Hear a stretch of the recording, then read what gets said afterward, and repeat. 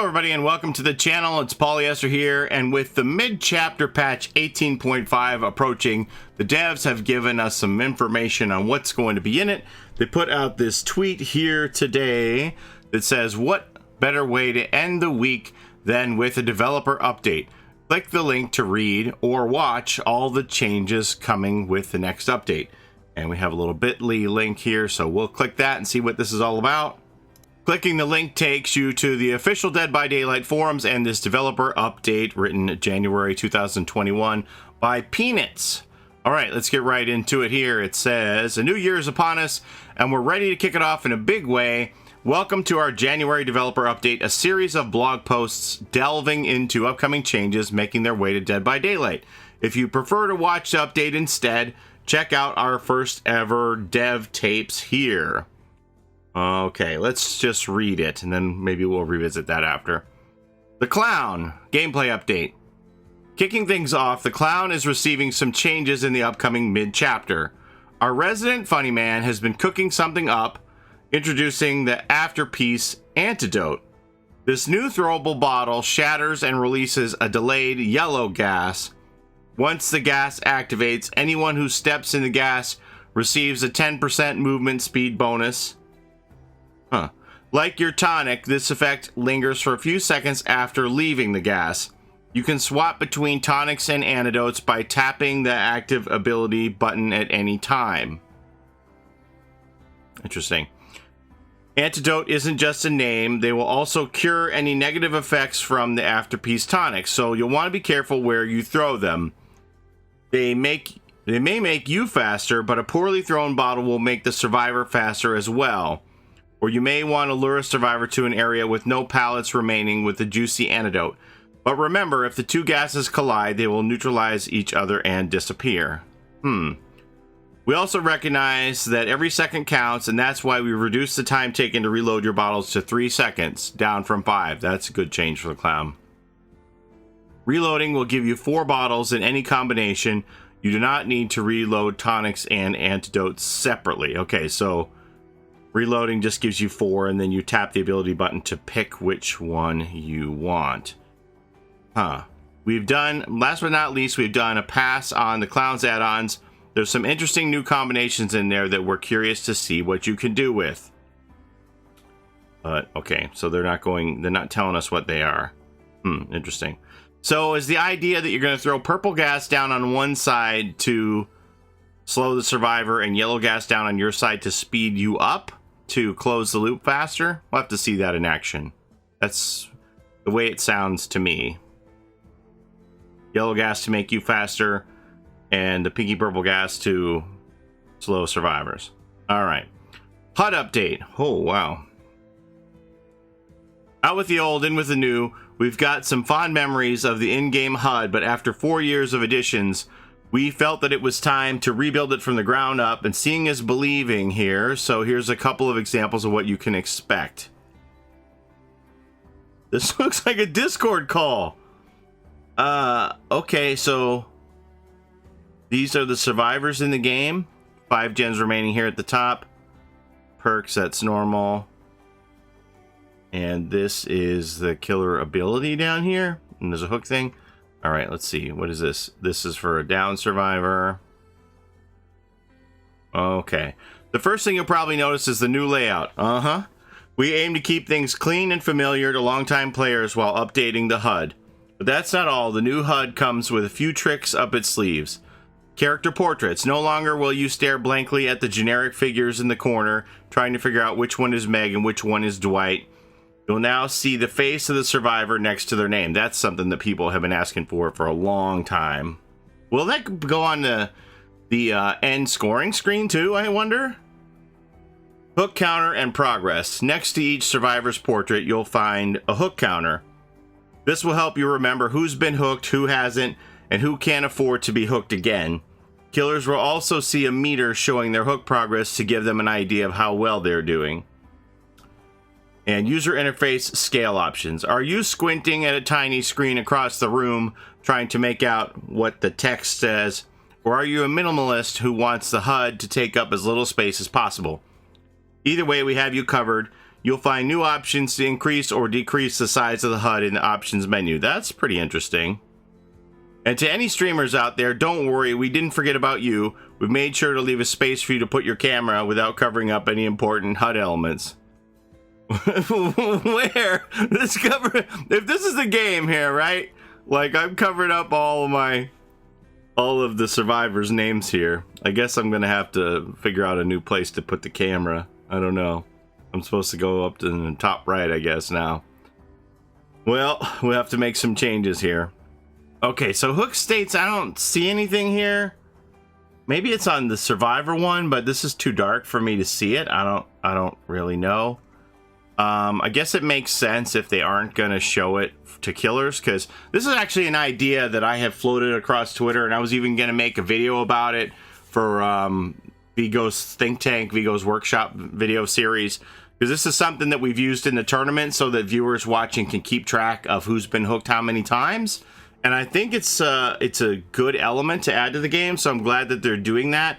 But I was against showing the killers what the hook states were, and I'm still not sure if that's happening or not. It doesn't look like it unless this is the beginning of the game, and they haven't hooked anybody, it looks like, right? Because this is at 0. So I'm not sure if the killers are going to know how many hook states each survivor has or not. This just looks like a checkmark thing. Maybe if we watch that video, it'll explain this a bit better, because I'm not getting that information here. But I did think that this was good information to level the playing field between solos on knowing when somebody's facing death hook or not, and people on comms, and people say, I'm dead, just leave. And if you're solos, you're just kind of wondering, are they dead, are they not? I can't remember. So if they're adding that information to the HUD, I think that is that has some value for the solo survivor experience for sure. All right, so let's move on to the next thing here. Survivor locomotion animation update. Come on, baby, do the locomotion. All right. Keeping with the theme of updating what's old, we have revisited survivor animations. As the game moves more towards a more realistic direction, we felt it was only fitting to switch to more realistic and fluid animations. We've made a conscious effort to not change movement itself. Your inputs, as well as your character's speed, turn rates, and acceleration have not changed. Okay. While the actual movement for survivors has not changed, new animations can make it feel different to control. We'll be keeping a close eye out for feedback to make sure we find a compromise between making things look better while also keeping the feeling right. Preview, survivor animation update. Do we look at this one now? Okay, I turned my sound on, so now let's see what this is all about.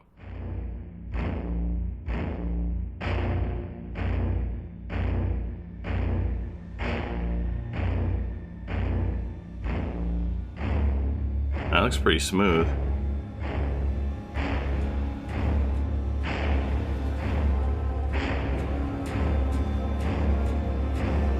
So this is just for survivors. Survivor animations. Yeah, okay.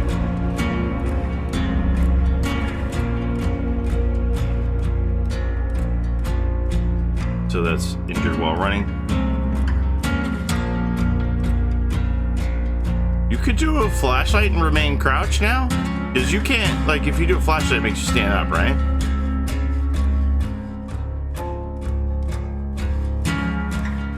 Oof. Ooh, the backflip.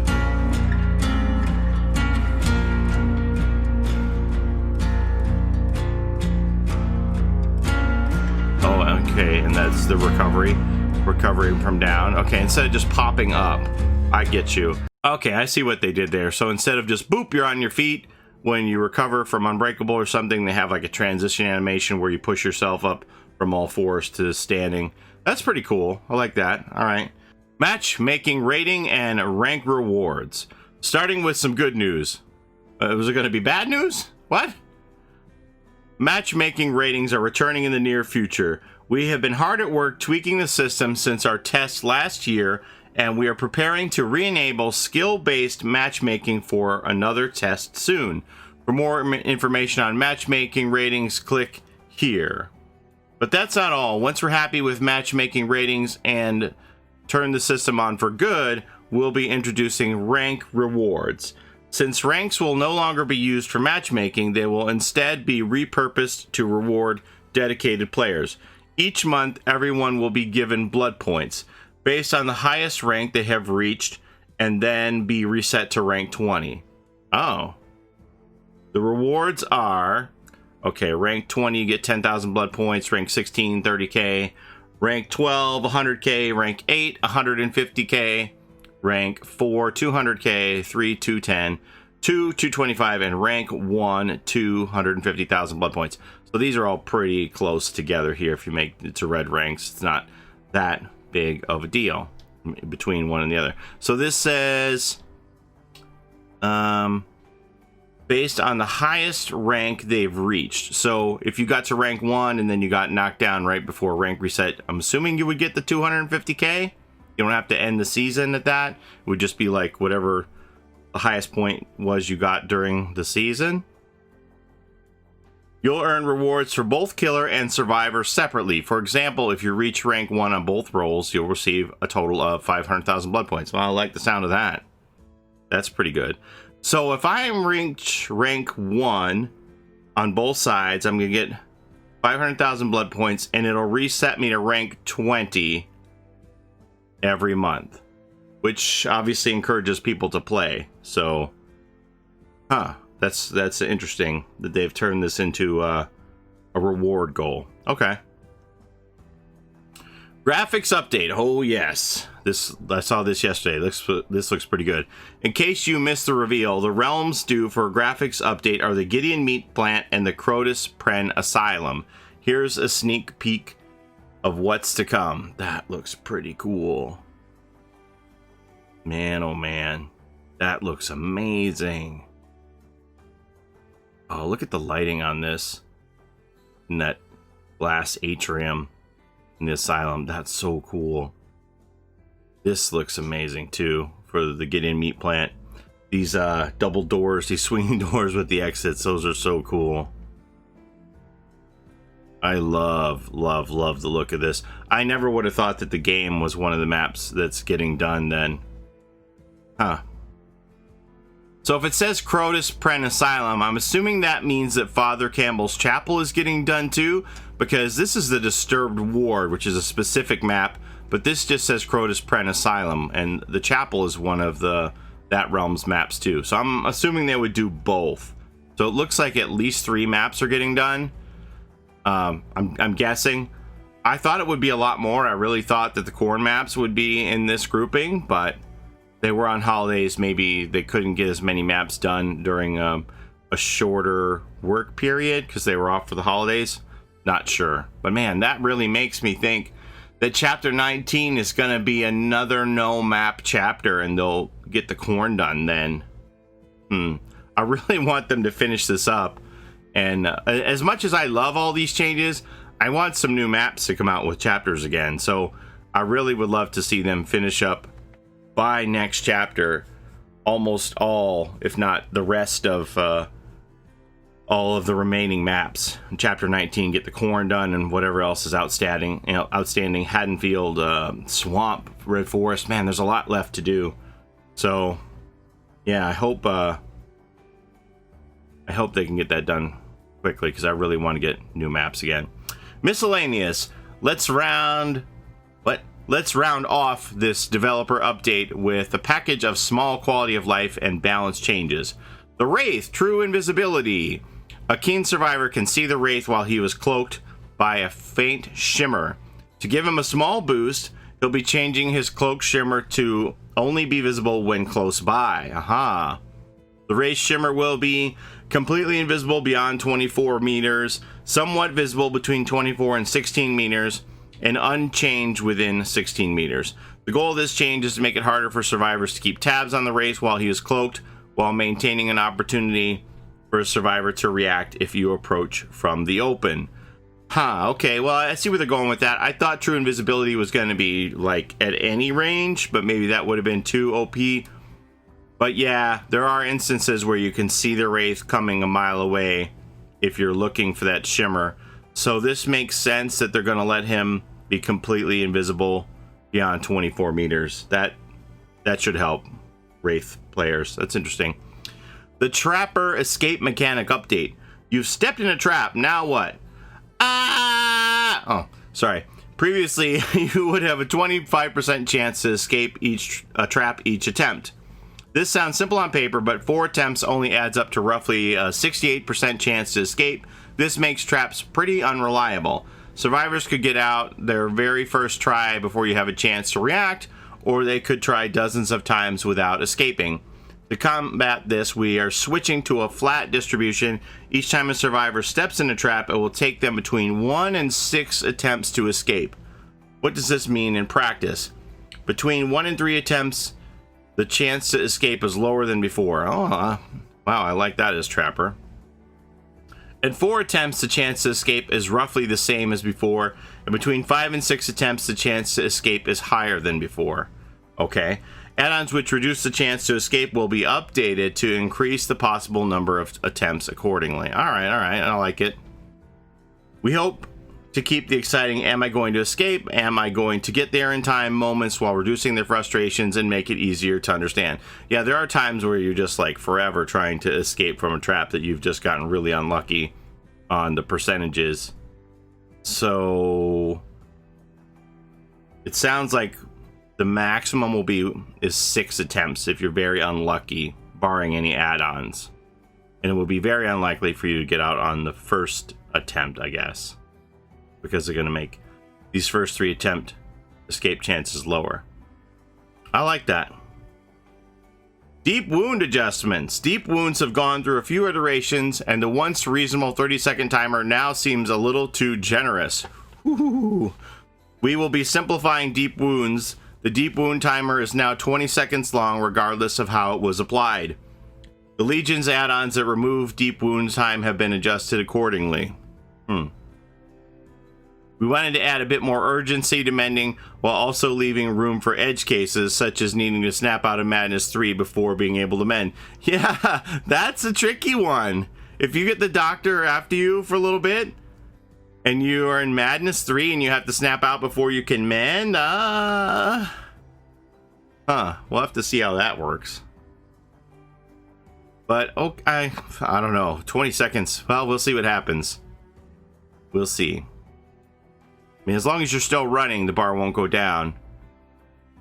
There are times where I'm in deep wound and I do jump on a gen and do as much gen progress as possible before mending. So maybe the 30 seconds is a little too generous. We'll have to see. Diversion, also known as Pebble. Diversion has found its way into the hearts of many people in spite of not being particularly powerful. We believe that the world should have more pebbles, and with that in mind, we're reducing the time taken to activate Diversion and simplifying its perk tiers to make it more usable at lower levels. I think it takes a long time to get a pebble, so yeah, I like that idea. I like being able to throw a lot of pebbles. Fixated. Don't you hate it when you get hit so hard that you forget how to walk slightly faster? Us too. Fixated will now remain active even if you're injured. Okay, that's good. Walk faster while injured. Hex Undying. Oh boy. Yeah, this is like one of the most powerful and controversial perks in the game right now. For killers anyway. So let's see what did they decide to do with this. This is actually coming a little bit faster than I thought that it would, but we've been watching this one closely and there's a few things we'd like to address. Transferring the same hex multiple times can get out of hand. Yeah, I've seen some RNG where people have to cleanse 4 totems to get rid of the ruins. So hexes are meant to be strong perks that can be destroyed, and having to destroy the same hex 4 times can be a bit much. Agreed. Since tokens aren't transferred when a hex changes totems, Undying was unpopular with perks other than Ruin, which does not have any tokens and is immediately at full power. Having aura reading on all totems also made it a very powerful tracking perk on top of its other effects, and is a little redundant with Hex Thrill the Hunt. With this in mind, we're making 3 changes to Hex Undying. Here we go. Anytime a Hex totem is cleansed, it will replace the Hex Undying totem. Okay. Hex Undying is then deactivated. This ensures that the first totem cleansed is never your other hex perk. I see. So even if you're touching... Okay, so if you're touching the ruin and you break that, then it goes into the totem where the undying is? Yeah. Interesting. Okay. Any tokens you've already accumulated are now kept when the hex perk transfers totems. This way you're not starting from scratch part way through the match. Gotcha. So if you cleanse my lullaby goes into the hex undying totem and the tokens transfer there. This is also allows the survivors to keep tabs on what the lit totems are, because none of the dull totems are going to be used. The hexes aren't going to jump to dull totems anymore, right? Doesn't look like it. Aura reading now only applies to dull totems. We hope this makes hex perks other than just ruin more appealing when used with undying. Undying ruin is a very, very powerful combo. I'm not surprised that they have made a change to this, because undying was very strong. So you're only going to get aura reading from dull totems. Hexes are no longer going to jump to dull totems. They're only going to jump to undying. Interesting. Okay. All right. Let's see how that works. It's definitely really reining that perk in a bit. Iron Maiden. It could be very difficult to follow up and hit a survivor within 15 seconds of them exiting a locker, so we're increasing the duration of the exposed effect to 30 seconds.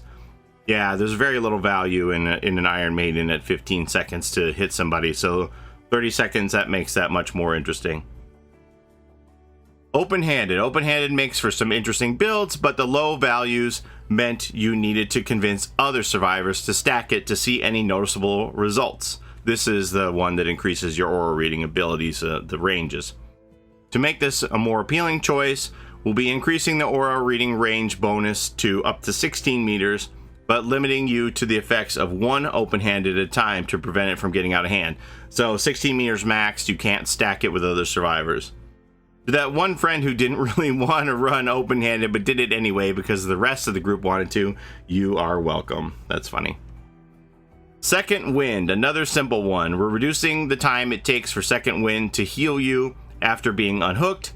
And with that, we have reached the end of our developer update. All the changes mentioned above will be available for testing in the player test build early next week. Yay, okay. We look forward to hearing what you think, the Dead by Daylight team. So most likely this is going to be on Tuesday. They usually have the patches come out on Tuesday, so I would imagine Tuesday we'll get into this public test build for PC players on Tuesday for Chapter 18.5. Looking forward to it. It's going to be interesting. All right, so now should we watch this video? How long is this? Is this basically like instead of a dev stream, the dev tapes, they've encapsulated it into a video? What should we do? Let's watch it. Okay, got my sound back on and my headphones on. I have a feeling that this is just going to reiterate everything that we read, because it said you can either watch or read.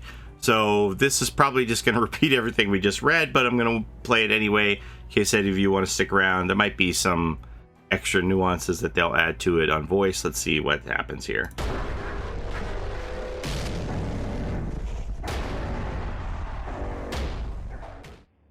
Welcome everyone to this first edition of the Dev Tapes. This video will cover the too long didn't read of our Dev Update blog post. So today we're bringing in a few guests that are going to present upcoming changes in design, UI, and animation for the PTB early next week. So here we go. All right, so welcoming Sarah, lead UI designer on I haven't seen DBB. Sarah Bucket in so long. All right, Sarah, Hi. big changes coming for the UI. Yeah. First off, let's start. Why are we changing the UI in the next update? And what are we changing? So when players log in to the PTB for the first time and start their match, the biggest change that they're going to notice is that we've completely redesigned the layout of the HUD. This means that the position of some of the elements that you're used to are no longer in the See, places my that camera they were before. my camera covers this whole bit. Essentially, what we've done is we've broken each of our pieces of our UI, which we refer to as widgets, into their own section so that they have their own space. We had reached a point with the UI where our current live UI was no longer able to support all of the features that we wanted to add from the game design team.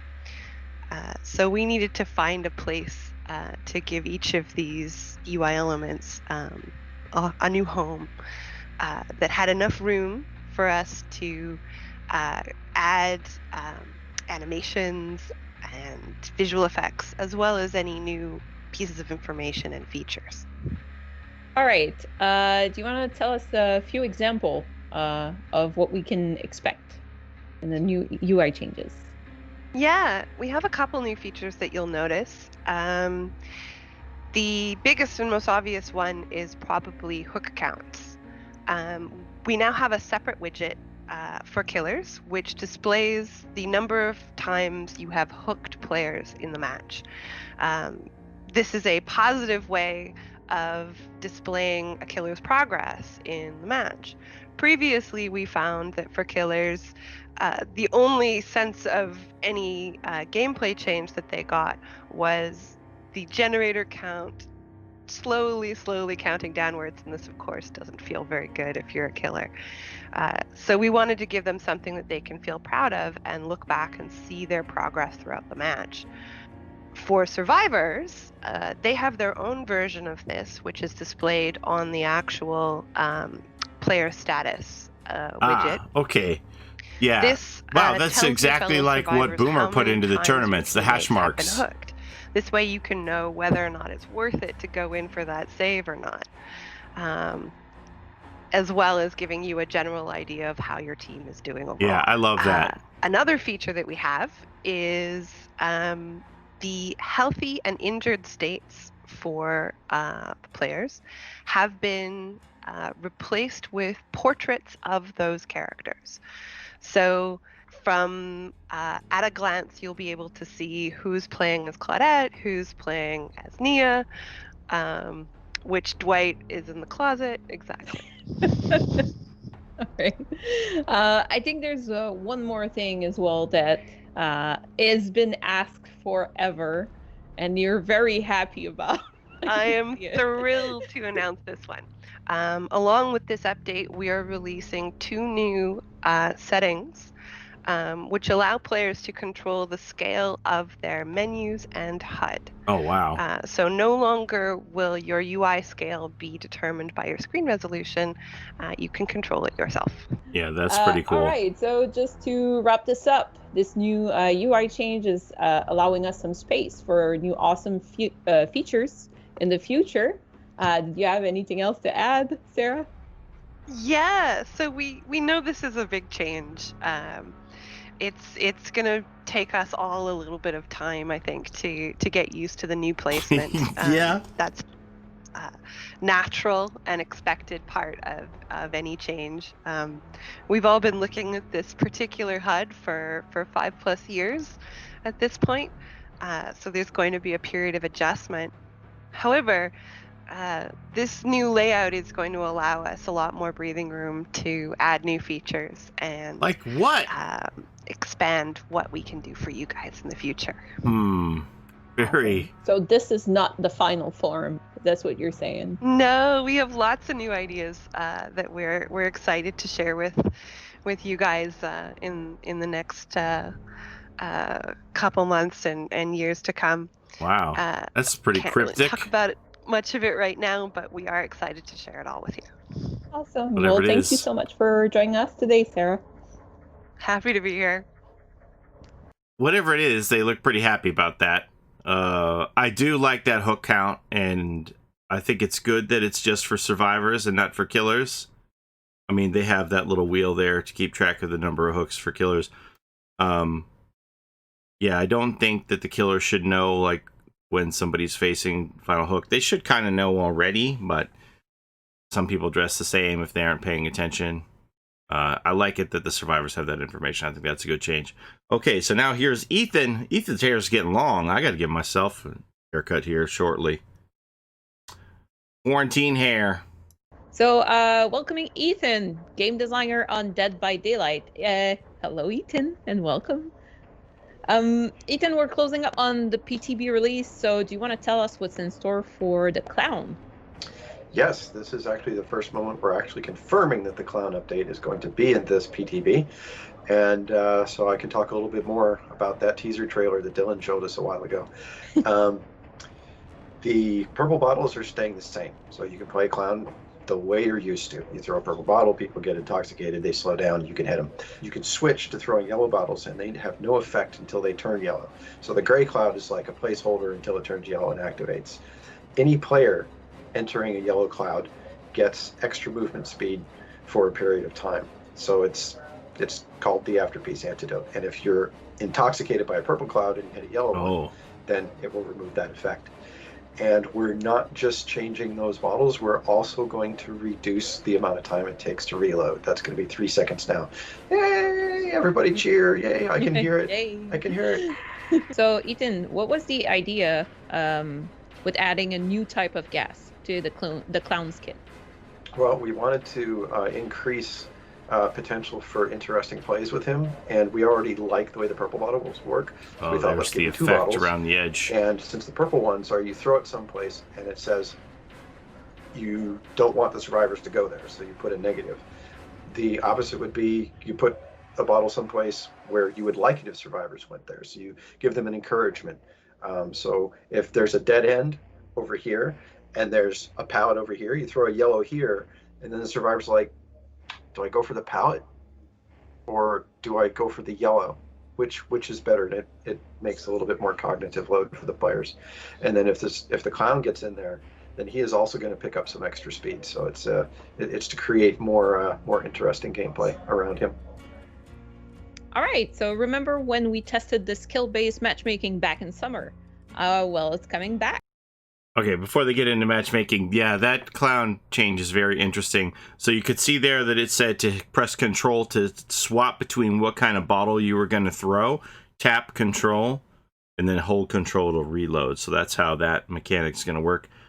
That isn't what I thought they were going to do. I thought it was going to be a different kind of a negative effect bottle. That's pretty interesting how you see that in play. I'm going to be very interested to see how that turns out in the PTB on Tuesday. Okay, matchmaking ratings and rank rewards. Ethan, you have more info. Yeah, so the matchmaking system is no longer going to be based on your rank. It's going to be based on back-end calculated skill rating. And one of the great things about this is it means that each killer you play will have a different setting for this. So if you're like an absolutely amazing hillbilly player and you destroy everybody and then you say, I want to learn how to play nurse, and you're terrible with her at the moment, you're not going to be playing against rank 1 survivors while you're trying to figure out how to play the nurse. So it's going to be better for survivors. It should be better for killers. And because of this, we now need something to do with ranks. So as soon as the new matchmaking system goes live, we will be switching ranks to be a reward system where, depending on the highest rank you reach during the month, you will get blood point rewards. And then at the end of each month, your rank will reset to 20, and you'll build your way back up again. And just to be clear, your rank is not going to determine your matchmaking. So when we reset you to 20, it's only for the rewards, not for who you get put into games with. Right, so it literally doesn't matter if you're ranked 20, because you're not going to get matched based on that. They're also separated between killer and survivor, so you can basically get those rewards twice if you get to high ranks on both. Yep. Awesome. Okay. Okay, so I've heard that the clown is not the only one getting changes. Do you want to... Just to touch on the rank thing there in the matchmaking, I'm glad this is coming in before the next Rift, because rumor is that Nurse is going to be one of the characters in the Rift, so there'll be a lot of people who are not familiar playing Nurse for perhaps the first time. So yeah, I think we need that matchmaking rating to come in there before we unleash a lot of baby nurses on the populace. So Yeah, that'll be interesting to see how that plays out. Okay, design miscellaneous. Do you want to add a little bit on this? I would love to. We've got true invisibility coming up for the Wraith, which means that if you are more than 24 meters from him, Where is you he? can't see him at all. There's Not even totally a little bit. Wraith there. Okay. But once he gets within 16 meters, you will see the shimmer that you see now. And between 24 and 16, it will increase from being nothing to what you see now. So you will no longer so be able even to see Wraith off between in the 24 and distance 16, it won't with be his a little shimmer bobbing around. It'll just start to Another thing that we're reach full fixing shimmer. is the trapper's traps. I don't know how many of you have done the math, but if you have a 25% chance to escape from a trap, that's only like a 60% chance to escape in the first 4 times. It's around 60. Somebody's going to quote me on it being wrong because it's 63 or whatever, but Around that. Yeah. it's around that. And you have a 10% chance of still being in the trap after like 10 attempts. It doesn't feel good. So we've changed it so that now it will take 1 to 6 attempts. When you step in the trap, we choose whether it be 1, 2, 3, 4, 5, or 6, and then that's how many times it will take. So it's never going to take more than 6. This does mean that your rough chance of escaping each time is 16%. So the first attempt is going to be a little less likely, but it will never go to the long tail on the other side either. So on the whole, it's going to be better for everybody. All right, Ethan, so we're changing a couple of perks in this update. Do you want to go over what we're touching? Yeah, sure. We have a list, and it includes Diversion, also known as Pebble, Fixated, Hex Undying, Iron Maiden, Open-Handed, and Second Wind. This is a list of perks we said we were going to update soon a while back on a dev stream, and they have made it through the pipeline, and here they are. All right.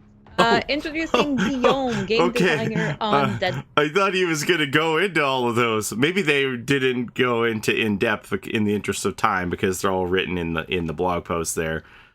Yeah, so I think this is like a boiled down what would normally be a weekly live stream. And so in the interest of time, they didn't go in depth into all of those perk change descriptions. I do like that Trapper change because as Trapper, you hate it when somebody gets out of the trap instantly. So if it's going to decrease the early escape percentage chance, keep people in trap a little while longer, I think that's a good change for Trapper. Okay, so now on to Guillaume, the game designer. By Daylight, welcome in, Guillaume. Hi, Gab. How are you doing? I'm doing good, thank you. Guillaume is here today to discuss the upcoming animation changes. Can you explain to us why we're changing these animations? Yeah, after 4 years, almost 5, we felt that the game needed animation side. We needed to update those animations, just like give a visual update and a bit of love to these systems as well, not only the animation themselves, but the systems to be able to support any other features moving forward. So we updated support any other features moving forward. Mostly the locomotion for survivors. All right. So can you give us some example of what's coming? Well, basically it's the locomotion. So the idle stance of the R tractors, both male and female, the run, the walk, the crouch, the injured state, but also transition when you move from one direction to another. We added those transition. Also new crawling animation with new turns and a recover animation. I like that one a lot. When we're talking survivor locomotion, what kind of gameplay change should we expect with these changes? In terms of gameplay, actual gameplay, it should have not changed at all. I mean, that's the idea, and that's the reason why there's a game designer talking about it. You can still moonwalk, everyone. Because it's mostly animation work, technical animation, but one of the goals was to not change the actual gameplay and how locomotion and navigation works in terms of speeds, turn rates, accelerations, and things like that. But we definitely wanted to improve the looks, change the stance. That looks nice. The way the character moves in terms of body movement and aesthetics. All right. And so we're talking about locomotions, which normally would be in movement, right? Are other animation also changed? For example, cleansing totem, entering lockers, I don't know, throwing a pebble, teabagging, things like that? Most of them, no, because they're interactions, and we did not touch interactions because this is, again, it's a different topic. It has a heavy impact on gameplay, and this is something else for the future. Though, like teabagging, for example, which is crouching, which is a locomotion. We can twerk now, everybody. It isn't just an instant pop. Animation. Well, actually, before there was no animation at all. It was just a blending. So we put in an animation, and we kind of iterated on it to make sure that teabagging still feels satisfying to our players. We did change that, but it should play the same. All right. Well, thank you so much for joining us today, Guillaume. And I think that's the awkward moment where we say bye. Please don't keep that. All right. So that's it. Interesting.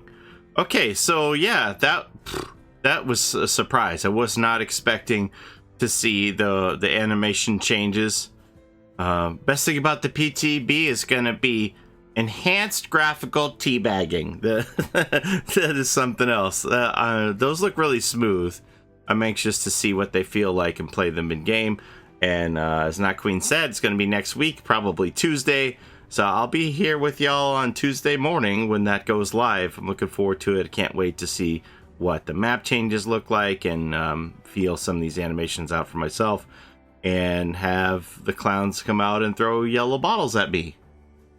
So that's going to be fun. All right. Yeah, so that looks like it was just a boiled down version of what was written in the blog. I think it was still worth watching. We got some value out of it. So I appreciate y'all watching that with me.